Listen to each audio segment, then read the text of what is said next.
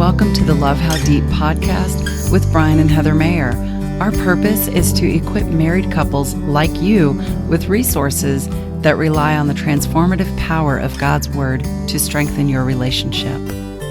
Welcome back to the podcast. I can't wait for today's episode because we have been talking about a very heavy subject before this one. We've spent 3 episodes on forgiveness, which is very important. And the reason that we started our podcast journey with forgiveness is because we feel like it's very important.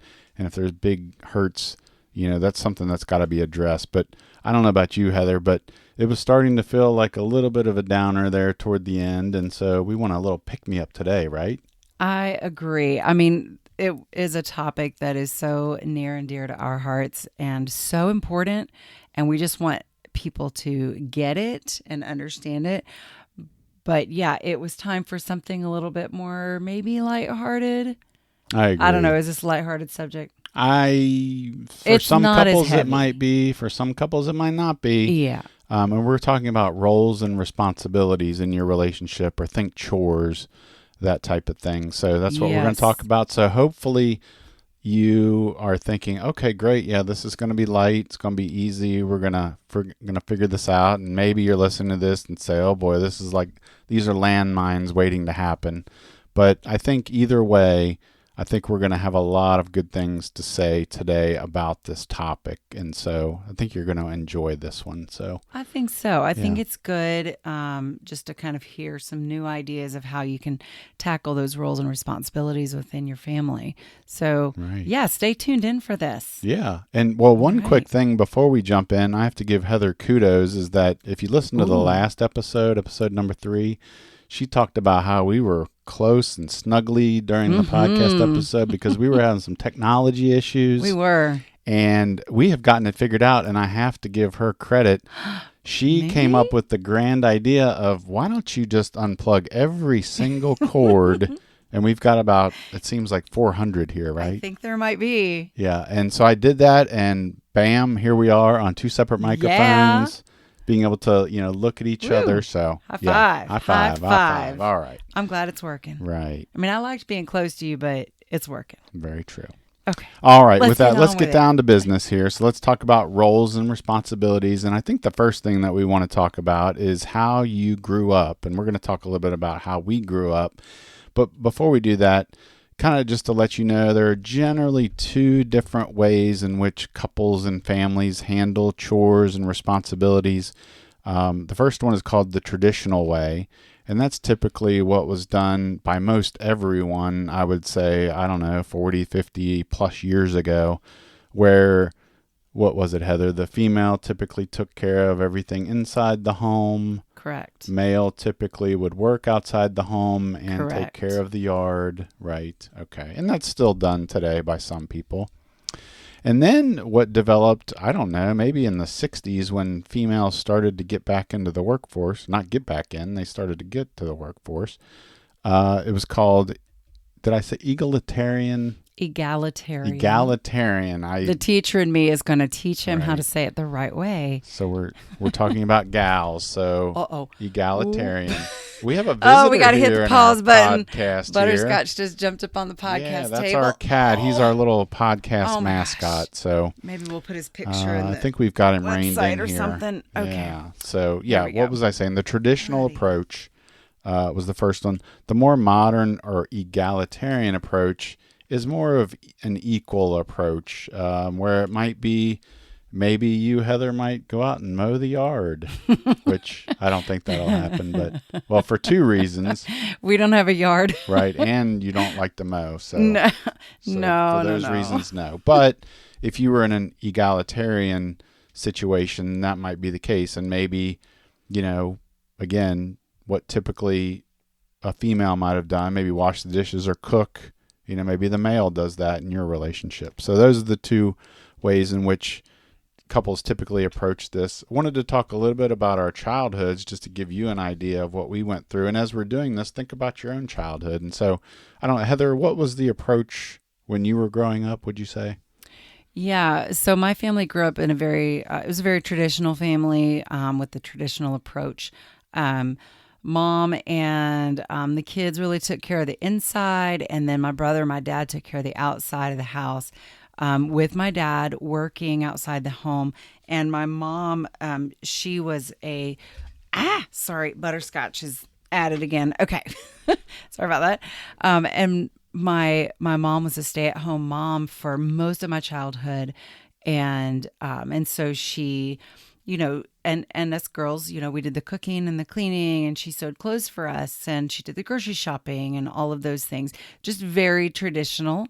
And I did want to say, since we are going back to our childhood, many times the type of family that you grew up in is usually how you behave as an adult in your family. And it can change for other reasons, though, because maybe you don't like them to stay that way, or it could be that you were raised in a single family house, or single family house. Is that the right word? Did I say that right? Okay. Single parent home. Yes, that's it. Thank you.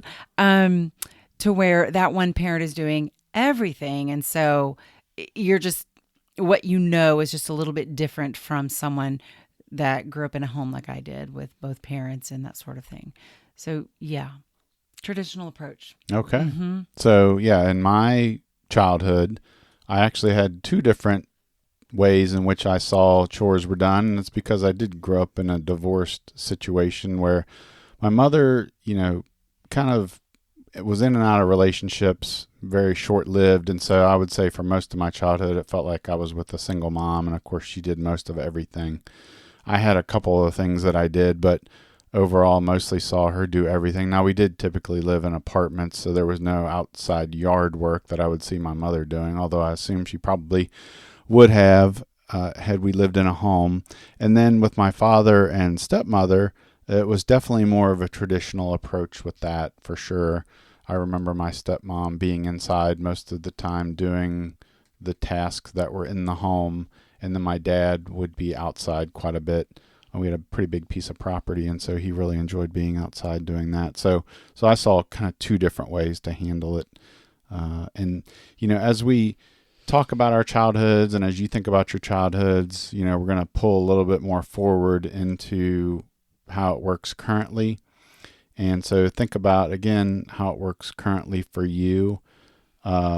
I don't know, Heather, if you want to talk a little bit about that, about how we work it. Yeah, I think that Brian and I are probably more egalitarian. And I think that a big reason is because of him being a single father for a number of years. He was used to doing laundry and mopping the floors and scrubbing the toilets and cooking the food and doing the dishes and doing these things that were traditionally the woman's work. And so when we got married, it's not like he kicked back with a bowl of popcorn and turned on the football game and said, "Have at it, woman, get to work." That wasn't him. It wasn't his upbringing or his habits, I guess. And so he pitches in whenever is necessary. And I love that. He also, when we did have a house, took care of the yard. We would try to plant a garden and get out there and do a little bit of yard work together.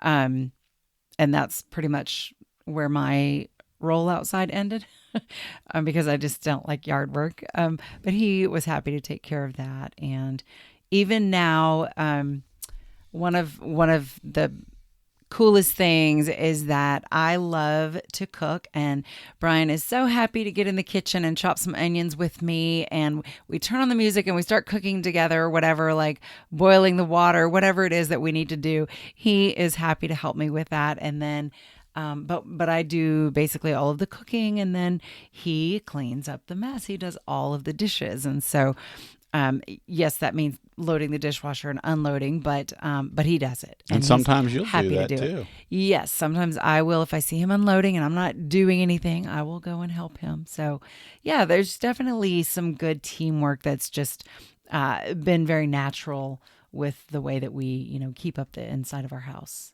Right. Sort of thing. Yeah.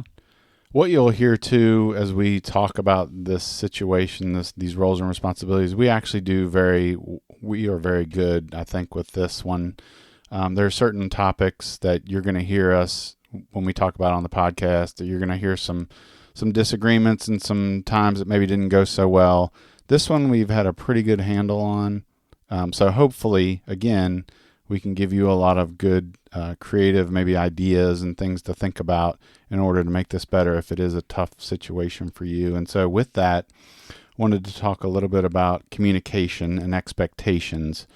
I think this is really where it all starts. And so I think so. Yeah. If you can both be able to have open and honest communication about setting the expectations for the household responsibilities, I think for the best.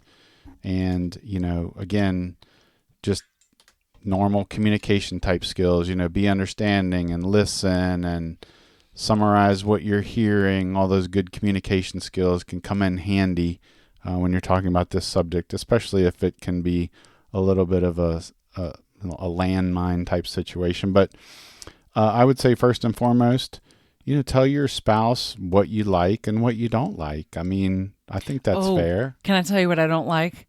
Sure. Why not? Wow, she jumped in quick.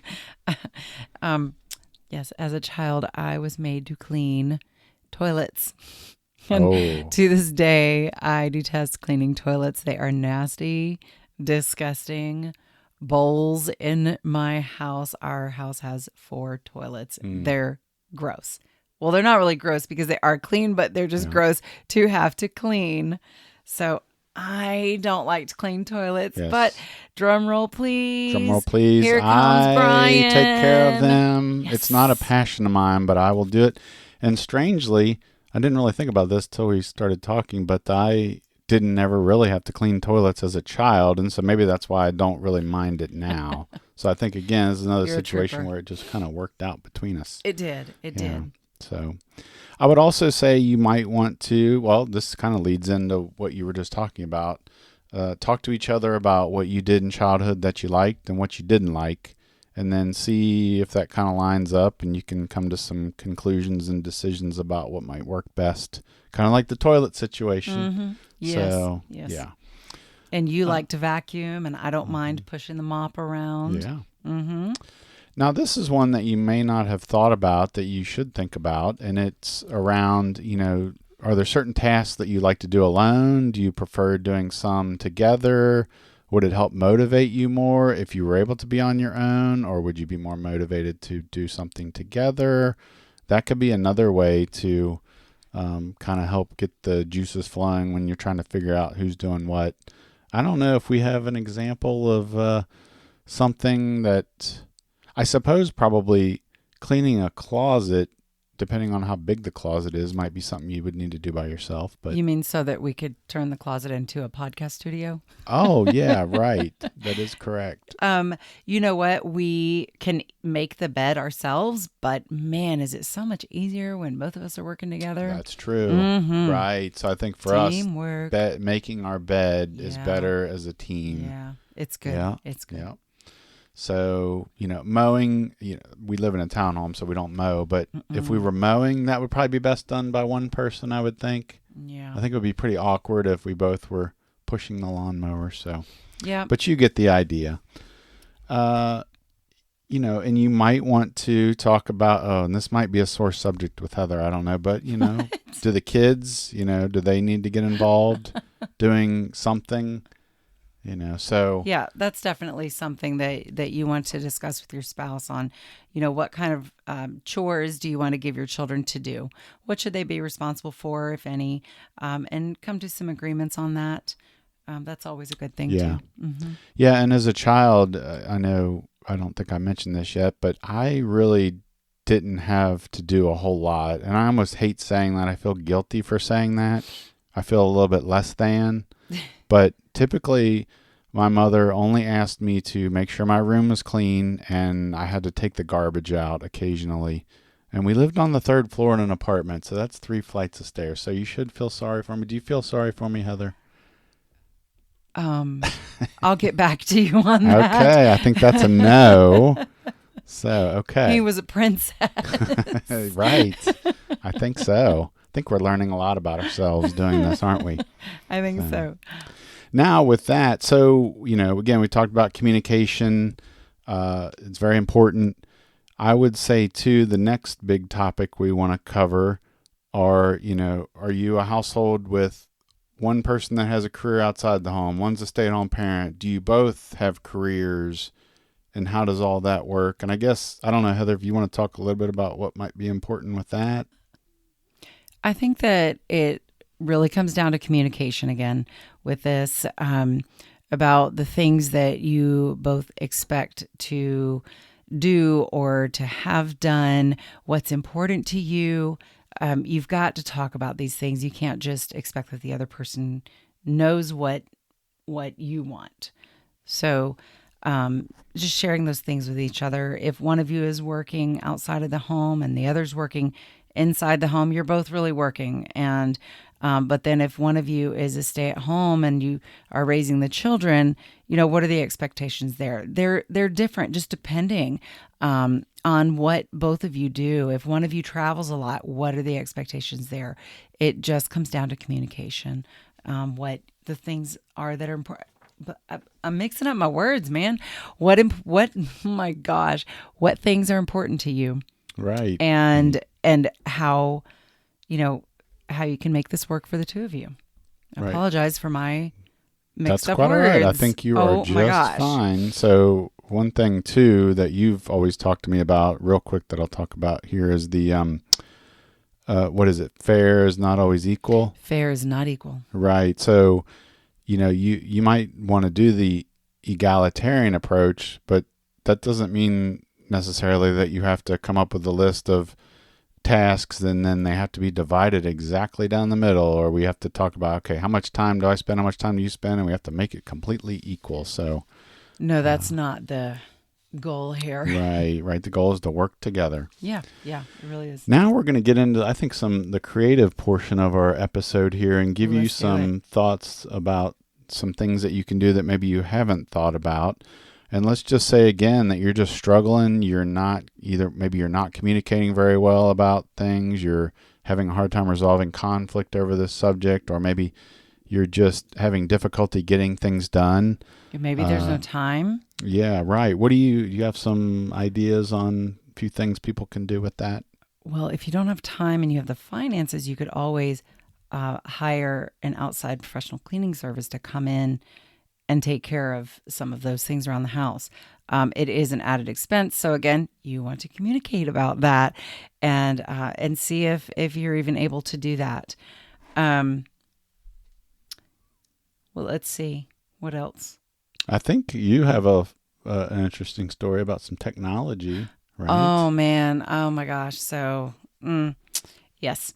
So when we built our townhome, the entire main level is all wood floors, and we have 2 cats that create these massive Texas-sized tumbleweeds that float across the floor. One cat creates those? No, we have 2 cats. I don't know what he's talking about. But we have 2. One creates tumbleweeds. Oh okay, my go gosh. ahead. Go ahead. Okay, so I told Brian for months and months and months and months that we needed to get a robot vacuum cleaner, because that is an awful lot of sweeping. And if anyone knows me, you know that my body is always broken in some way, whether it's actually physically a broken bone or just other issues going on. And so constant sweeping is not ideal for me, because that just brings about a lot more pain. And so I continue to tell him, let's look into getting a robot vacuum cleaner. Let's look into getting one. I really, really need one. I cannot do this all the time. And he would just say, well, how much are they?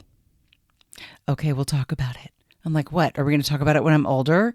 I was saying that because I was hoping she would forget, but she didn't. Honesty. I love his honesty.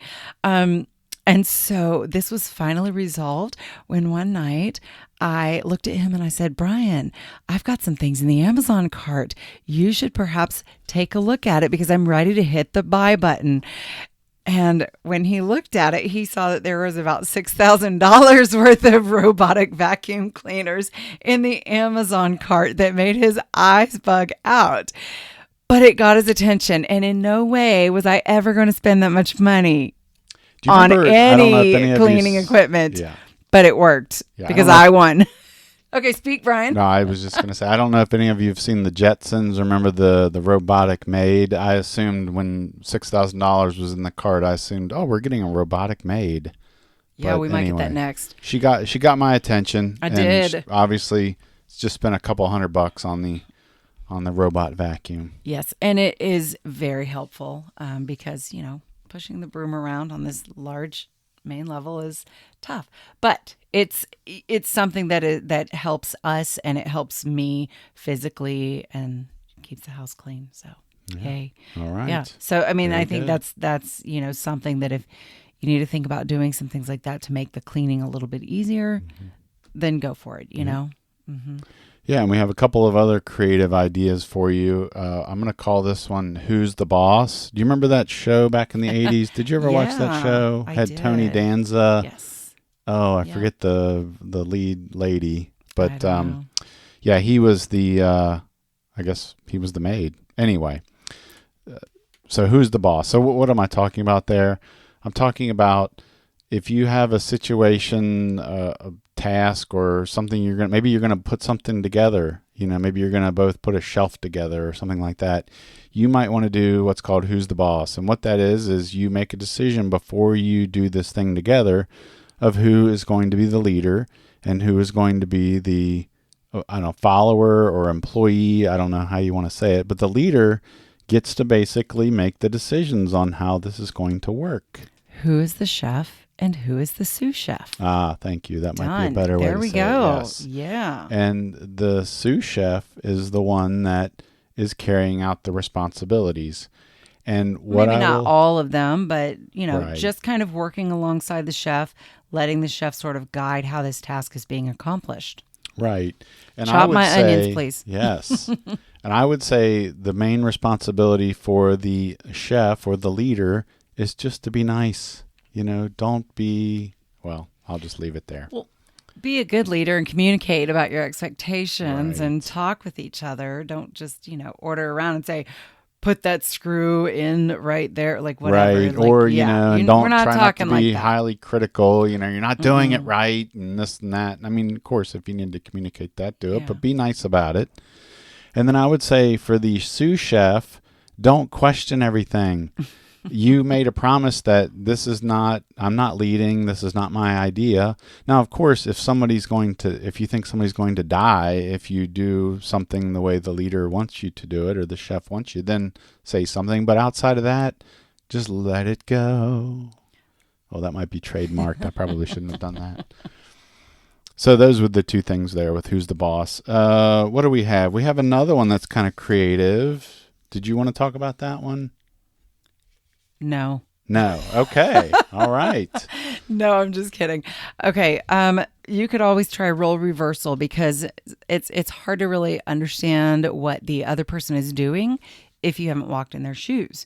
So maybe you want to get out there and go ahead and mow the lawn, and maybe the other person wants to go do some laundry and cook dinner or whatever, but try out what each other normally does so that you can kind of understand, like, oh yeah, that might only take 20 minutes, but that really is hard work.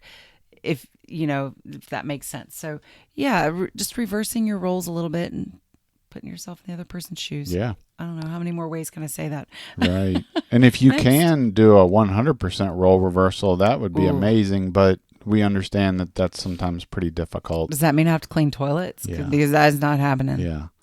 Right. I know that's off the table. Off the table. But I don't know if you just said this, but this helps create understanding just about what your spouse is doing. That's part of what this is all about. Yeah. And it might help you just appreciate them a little bit more for appreciation. cleaning toilets. Yeah. That's a good way to say it. Cleaning cat boxes. Yeah. That's another right. toilet. Oh boy. And then we have one other little quick tip, I suppose, that relates. Do you want me to talk about this one? Yes, because I'm lost. So yeah, so we are going to talk about just ask for help, or if you're on the other end, ask how you can help. Just make sure always doing that. And again, try not to be a nag about it. But if you need some help, just ask. Again, be nice about it. But then if you're typically the person on the other side of the equation, try to proactively go to your spouse and say, hey, do you need help with anything right now?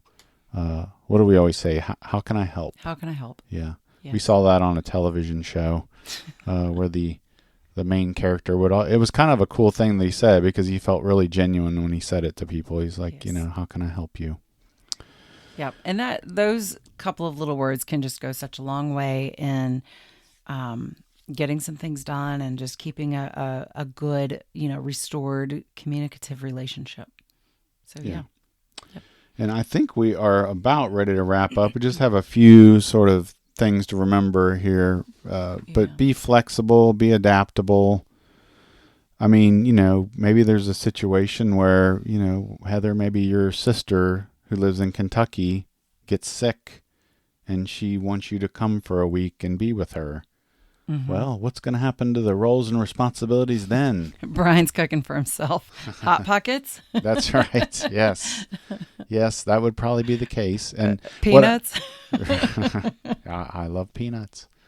And so that would be a case where I might need to be proactive and say, okay, I know you take care of this, that, and this. What's important? What's urgent? What do I need to make sure I take care of every day? Is there anything that can be let go? So just have conversations about that.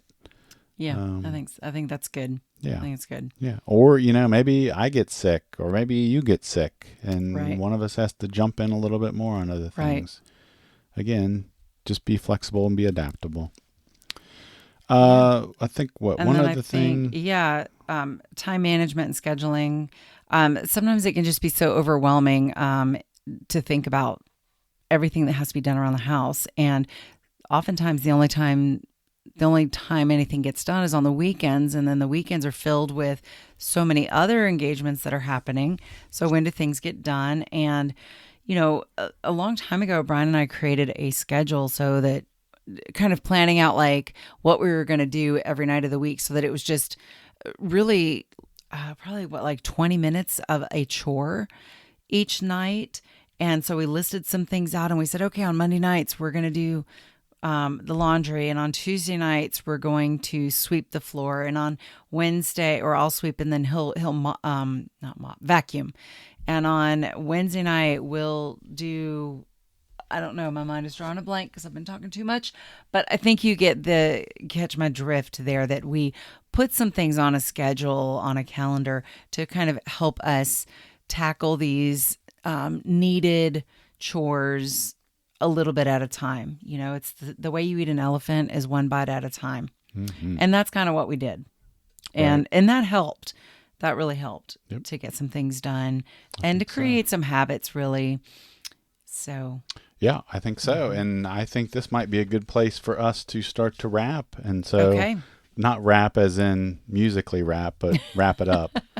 So I hope that you have gotten a lot out of this. I hope that we've given you some thoughts and some ideas about what it is to work together on the roles and responsibilities and your chores and your tasks. And hopefully we've given you some creative ways in which to do that if you're struggling at all with that. And so I think with that, we want to point you to our Love How Deep newsletter, so you can get a lot more tips and strategies and resources to help strengthen your marriage. And we do it all by focusing on godly wisdom. And we would be very appreciative if you would go out to the episode link, and it's going to be at lovehowdeep.com/4, because we're on episode 4. And we'll have a link to the newsletter, and you can sign up. And we send it out typically weekly, and occasionally we like to send out some extra things for you. So I think you'll really enjoy it, and you'll be able to stay up to date on the blog articles and our podcast and all kinds of different things that we're doing. So I think with that, do you have anything else to say, Heather? Go and spend some fun quality time together, because doing chores is not necessarily fun, but hopefully you're going to listen to this maybe together and get some things kind of divided and conquered. But don't forget, it's not always about, your marriage should not always be about doing this stuff together. So be sure you spend some good quality time with each other and just nurture your marriage, your relationship. Yeah. Yes, I would agree with that. That is an awesome way to wrap up this episode. And so we will go ahead and sign off. And as I always say, just remember that marriage is not something you have, it's something you do every day. Take care until next time.